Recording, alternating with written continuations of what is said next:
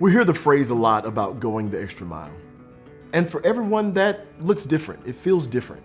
The extra mile to one person might be one more 5-minute phone call to an old friend after you've done a day of business consultations all day. It might be folding one more load of laundry so that your spouse can go to bed with the machines in the hamper empty. Going the extra mile could be making sure that you gas your wife's car up so she doesn't have to remind you in the middle of the week. It could be making sure your kid's iPad is charged while they're asleep, or just going to visit the sick and shut in. You never know how you make someone feel by letting them know they were considered. I think of the story in the Bible about the Good Samaritan.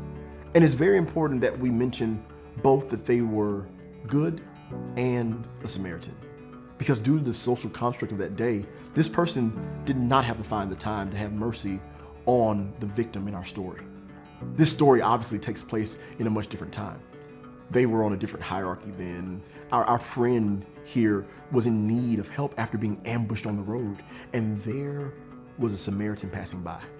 Luckily, they were also good.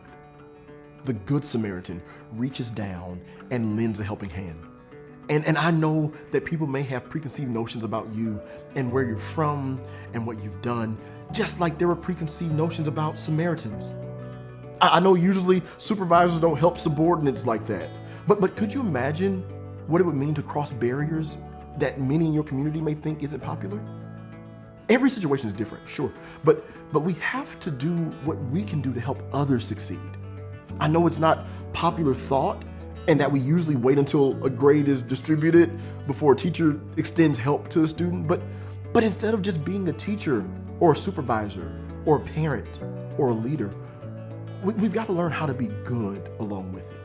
We've got to be good at our jobs. We have to be good stewards, good governors of what we've been given to rule.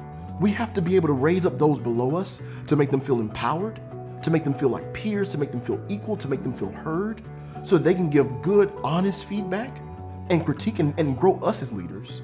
We have to live lives of openness and go the extra mile every chance we get.